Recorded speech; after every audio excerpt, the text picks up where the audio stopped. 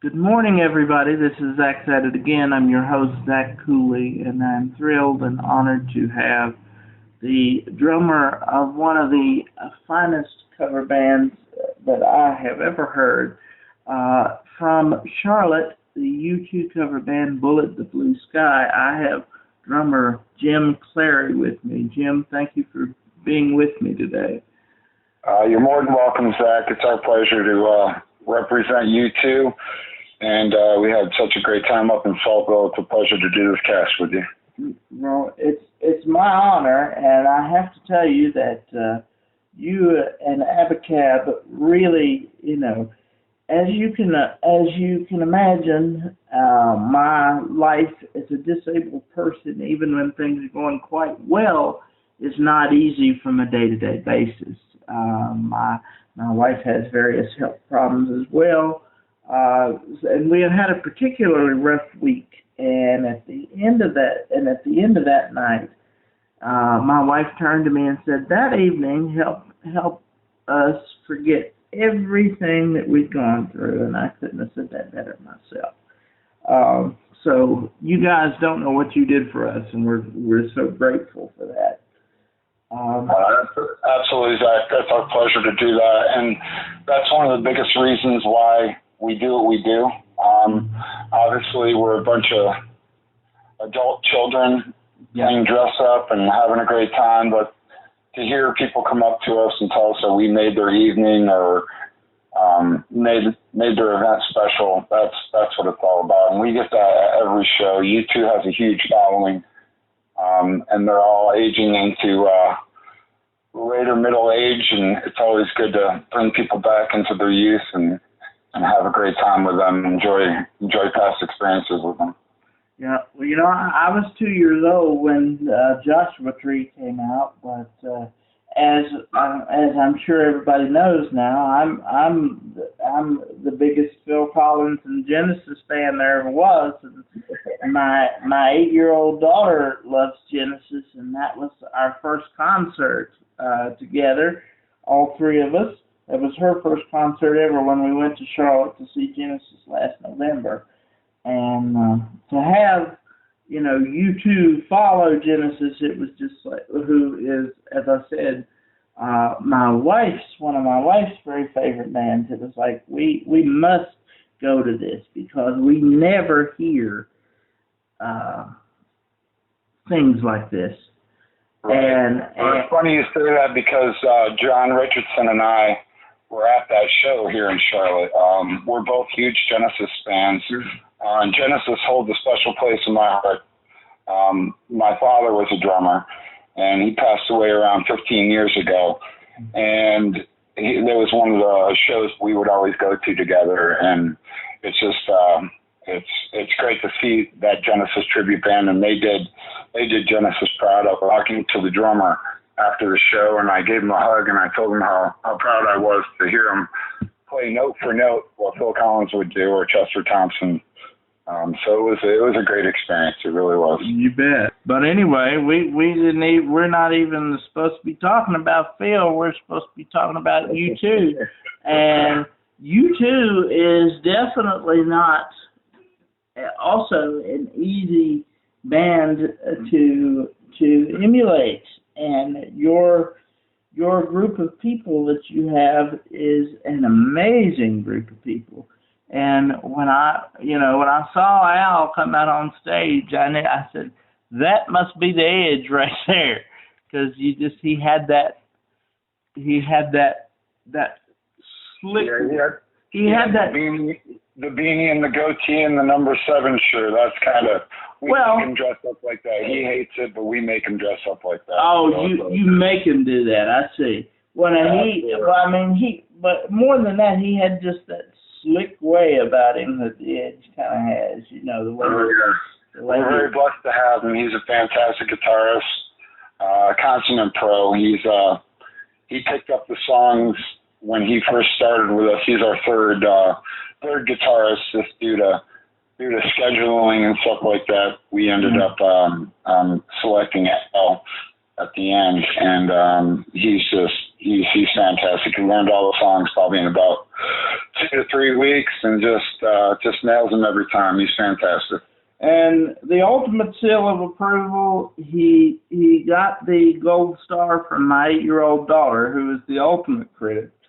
She was standing in front of and I thought she was going to need earplugs, and she was standing in front of the speaker watching Al play, just mesmerized by that. Yeah, he's got that's one thing with you too, is the sound, especially with the guitar. And he just does a fantastic job with that. We couldn't be more blessed, that's for sure.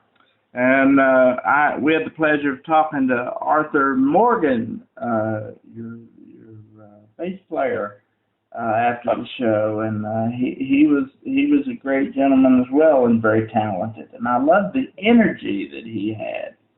Oh, absolutely. Yeah. Arthur and I have been together playing music for the past 15 years. So, he calls me, I'm this drummer, and he's my bassist, and we lock in together, and we just hold down the fort for the rest of the band. That's what we do. Right. And he's a rather young guy, too, or looked to be, probably younger than me. He's in between 30 and 40. We don't talk about that too much. I see. All right. Between 30 and 40. Yeah. We call him a millennial. So there you are. Well, he's about my age. He's not then. the youngest in the band, that's for sure. He's about my age then. But I don't consider myself a millennial because I remember MTV when it was actually music television. So I consider myself a Generation X person. I'm the old man of the group. I remember before MTV, so it's all good. Yeah, but you got to see all these great bands in their prime, and when you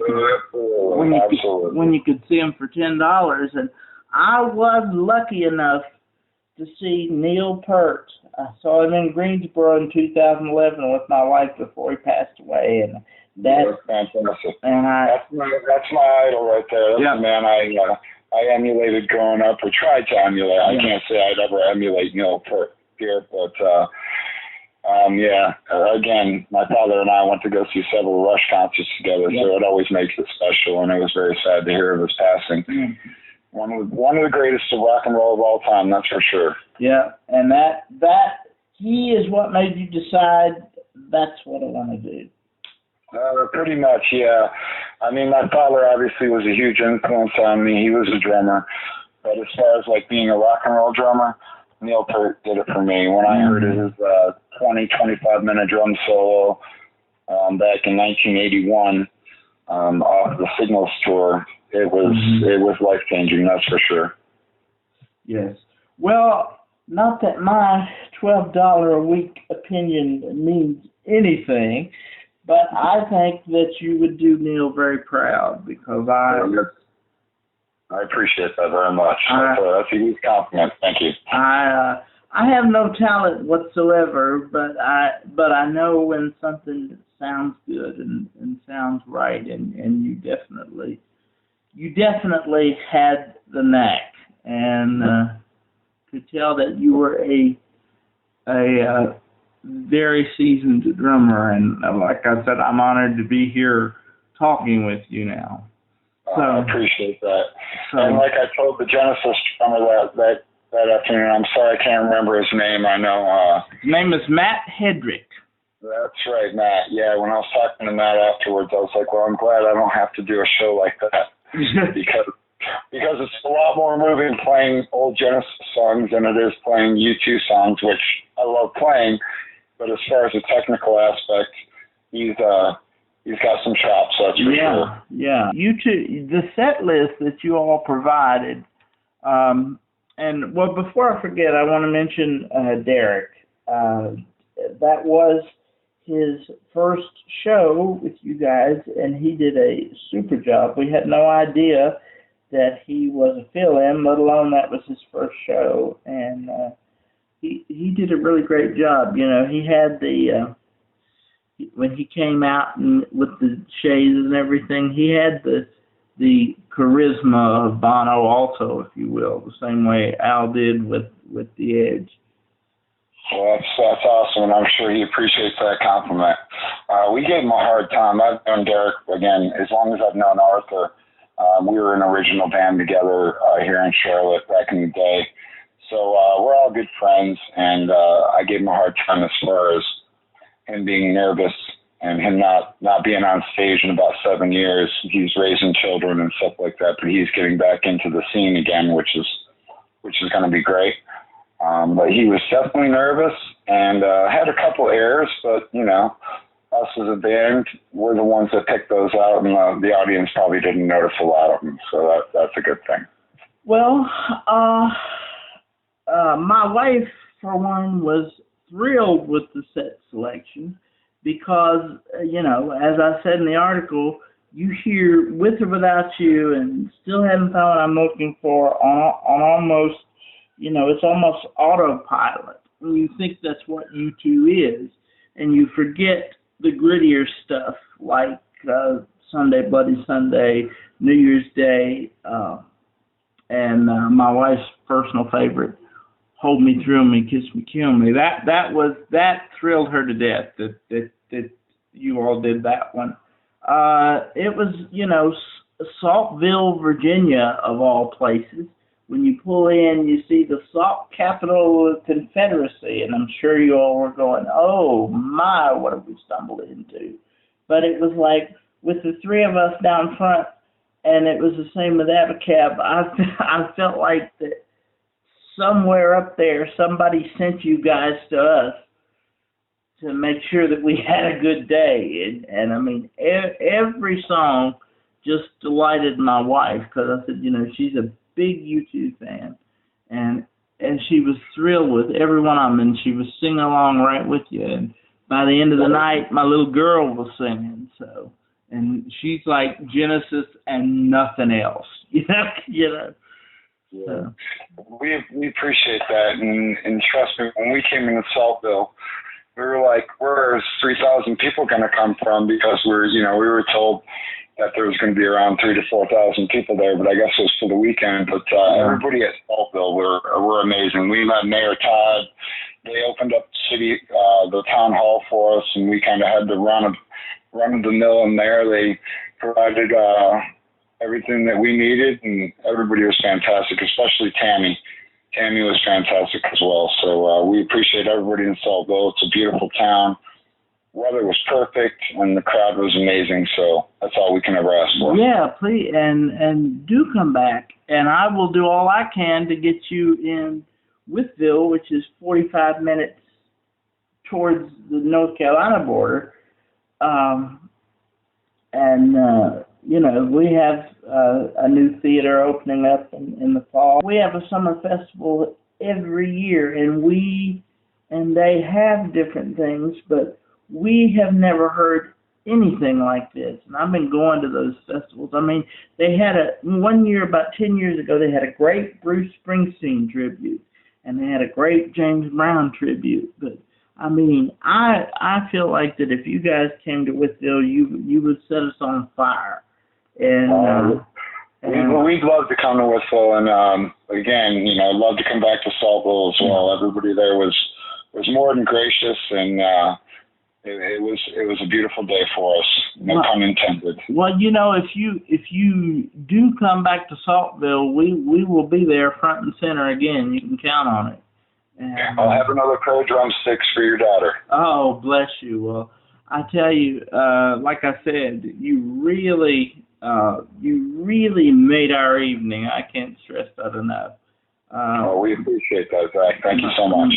My little girl was so happy, and you know, I feel like you know, she wants her first concert to be Genesis, and now she's a fan of U2, and before that she was a Beatle maniac like her mama. So I thought, you know, we're doing something right here. Yeah, music is a powerful thing, that's for sure, Zach. Yeah, and she's a true rock and roll gal, and I couldn't be prouder of her. But no problem. But is that the set list that you choose? I would imagine that, you know, things like Vertigo and things you don't hear every day on the radio from U2. One was a big hit, and you don't even hear that much anymore in mysterious ways. I'm assuming that you choose that to bring out the versatility of U2 that people don't. Oh, absolutely. I mean, U2 goes back all the way to the late 70s. So our catalog, we try to play a little bit of each genre because U2 has changed throughout the times. Their sound has changed. And, we enjoy playing the old cuts. We enjoy playing the deep cuts that people are like, oh, wow, I haven't heard that in, 20 years or something like that. And just kind of reigniting their brain a little bit for some of the older U2 songs. But, we have probably about 35 to 40 songs that we know that we kind of rotate in and out. So that always keeps our shows fresh for whenever we come back to Saltville. We'll throw in some other tasty features for you. And it's a great thing to know that you're based in Charlotte, because you're 2 hours away, and at the most, and it's great to know that the places you play will be places that we can get to. You must have some great people in charge of that festival to get you to Saltville. Must have some really broad thinking people. It was all done through the town. We have an agency that we work with that books us, and we were contacted by our agent asking if we'd like to do the show, and it was all done through Tammy, pretty much. Tammy's, I want to say she's the town manager or town assistant manager, one of the two. I don't want to be misquoted as far as what her title is, but she's the one that we talked to, and she set it all up, and she took really good care of us, and we appreciate that. I met Tammy, and I didn't know Tammy before. I sent her a request on Facebook. She probably won't add me because she doesn't know who the heck I am. But I met Tammy, and I saw that she had the Land of Confusion shirt on, and I knew she was cool. And we ran into another guy that we knew from Marion that was also at that Charlotte show. So I guess the ultimate question is, do we think U2 is going to come back out again? Do you think they will come to Charlotte again? I think U2 actually just announced that they're going to be playing a new music venue in Las Vegas. Yes, I saw that. Yeah, I believe that's going to happen next year. And I don't know if they're going to do like a little residency there at the casino in Las Vegas, but I would love to see U2 back in Charlotte. I would be one of the people there rooting them on. But it's even if they don't come to Charlotte, if they come somewhere near us, we definitely will be at that show. Yeah. And, I just thought that just the way you guys played, I just thought that, even if you went to a U2 concert, you wouldn't get the great mix that you guys put out. So how does a group of guys from Charlotte say, we're going to get together and we're going to play U2 songs? Well, as I was telling you earlier, Nicholas Rivera was the founding member of the band. He one day just decided, hey, I want to start a U2 tribute band, and he lives in Concord, North Carolina. He put an ad on local social media. I got a phone call from Arthur Morgan, the bassist, and he said, hey, buddy, let's do U2. It'll be easy. And little did we know, when he said it'd be easy, it's one of the hardest things we've done, because to replicate U2's sound and to put in the work that we needed to put in to make our show sound the way it does was definitely hard work and well worth it. So that's how it all started. And then John Richardson joined us just after that. And once we found John, we knew we had something special. Well, and you must have done it well enough to have the exposure that you've had now. How long has it been again since you guys came together? The band was formed about 5 years ago. Okay. Yeah.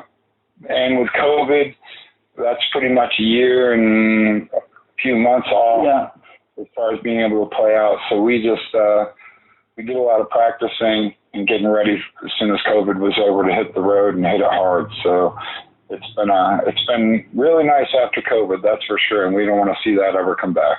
Absolutely, we want to keep it at bay for sure. Yes, sir. My whole family's had it, and it's not. It is no joke. It is something to be taken very seriously. Yes, sir. Yeah, but I have a genuine concern, because it is so expensive now to do live entertainment. Are you concerned at all with the future of live entertainment? Well, yes. I mean, obviously, if you go to see some of the larger acts, like U2, like Genesis, right? I don't know what you paid for your ticket, but my ticket was pretty steep to go see Genesis last year. Yep, took me about a year to save up what I spent for 2 hours. It's about $1,000 for 4 of us, and I didn't even have the good seats. So. Yeah, I was up in the nosebleeds, and we still paid a pretty penny for those, but it was well worth it. Oh yeah. And obviously, putting that money toward a good cause. For me to have the memories of my father, us going to concerts when I was 13, 14 years old, that's worth it. That's almost priceless to me. Yeah, as far as you won't see me going to see somebody that I'm not familiar with. And I think the music industry as a whole, they need to kind of pull the price back a little bit for some people, because to pay $300 to $500 for a ticket to go see a concert, I think, is ridiculous. It is. Yeah, that's not me. So come and see U2. The most we ever usually charge at venues that we're at is around $30 a ticket. So come see us instead of U2 if you happen to miss them. And I'm here to tell you, it would be well worth it. I would have gladly paid at least $30 for the show that we saw in Saltville. Well, I appreciate it. It was really nice of Saltville to do something like that, to flip the cost and give that, that pleasure to the local people of Saltville. It was awesome. So we always love doing free shows because it means we're going to get all different kinds of people out, not just U2 fans, but we're going to win some fans over as well. Yeah, well, you certainly did with my 8-year-old girl, and she is not an easy sale. So that was great. Most 8-year-old girls aren't an easy sale. No, so that's awesome. No, yeah. Well, and it really made my day when I called you to ask you to do this, and you had no idea who I was, and I told you there was the guy in the wheelchair down front. You said, "Oh yeah, you guys were the highlight of our evening," and that really made my day. Well, I appreciate that, and it's always nice to look out and see people's faces because we as musicians, we want to perform well, we want to do, play our crafts well, but we also love looking out and seeing, the people appreciating it. Yeah. And that was definitely you, your daughter, and your wife. So we appreciate it, and that's why we do what we do. Well, we were all really into it. Well, thank you, Jim, for taking this time with me. It's been an honor to talk with you. I'm honored to have gotten to meet you and your bandmates, and I hope we have a chance to hear you perform again. Absolutely, Zach. It was my pleasure to talk to you and meet you as well. And we look forward to coming back to Saltville, hopefully sooner more than later. Yeah. And definitely let's stay in touch, and I wish you nothing but the best, sir. Well, thank you. Same here. And if I have anything to do with getting you any closer to me in Withville, I will be pounding the drum for you guys all around Southwest Virginia. So. Well, I appreciate that, Zach. Southwest Virginia is a beautiful place, and I have beautiful people there, so we look forward to coming back. Oh, it is, and if not, we'll see you in North Carolina maybe. So. Yes, sir, we always play around North Carolina. We do about 2 to 3 shows here in Charlotte a year, and then surrounding areas as well, like Raleigh and Greensboro and other major cities here in North Carolina, as well as South Carolina, Georgia, and all over the East Coast. So I'm more in the Greensboro, Winston-Salem, Mount Airy region. Do you play down this way much? We do actually play in Richmond as well, which is probably a little bit of a drive. It's more across the state for you. Yeah, that's like 5 hours. Yeah, exactly. Yeah, but we do. We'll play Greensboro area.